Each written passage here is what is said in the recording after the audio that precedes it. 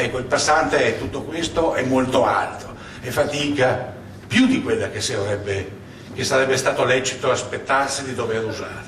E perseveranza, sono notti perse insonne, e tutto questo va anche una grande felicità.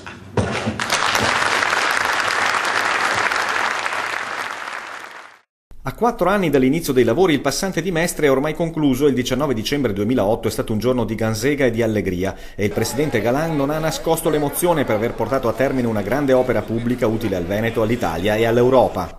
È una questione europea, cambierà la faccia del Veneto, la cambierà in parte anche dell'Europa, rendendo più semplici le comunicazioni a sud delle Alpi, ma lo cambierà profondamente nel Veneto. Il Veneto è destinato anche per il passante a cambiare faccia.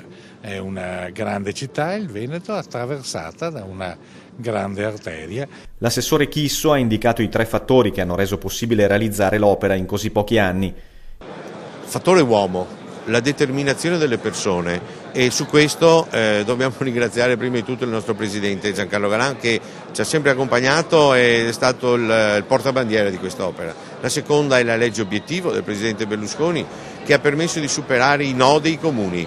La terza è dedicare un tecnico, non un politico, che segua giorno dopo giorno, ora dopo ora e si dedichi esclusivamente a questo. È il commissario Vernizzi. Il passante sarà inaugurato dal presidente Berlusconi nel febbraio prossimo. Si stima che la tangenziale di Mestre sarà alleggerita dal transito di 60.000 veicoli al giorno. Siamo sicuri che avrà questa funzione di grande decongestionamento della tangenziale di Mestre, quindi va a risolvere uno dei peggiori punti neri della viabilità dell'intero nord-est. Sono 32 km e mezzo di autostrada, 3 corsie più emergenza per carreggiata, costo complessivo finale di 890 milioni di euro più IVA. Gli utili della gestione del passante serviranno per migliorare la viabilità del Veneto. Questa, ha detto il presidente Galan, si può considerare una vera e propria opera di federalismo stradale.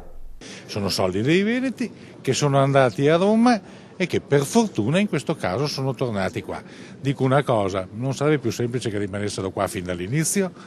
Ma dopo il passante di Mestre spettano ai veneti altre sfide come il corridoio 5 est-ovest e l'alta capacità ferroviaria. Ci collega di più il passante alla Padania o all'Euroregione? No dai, ci collega al mondo.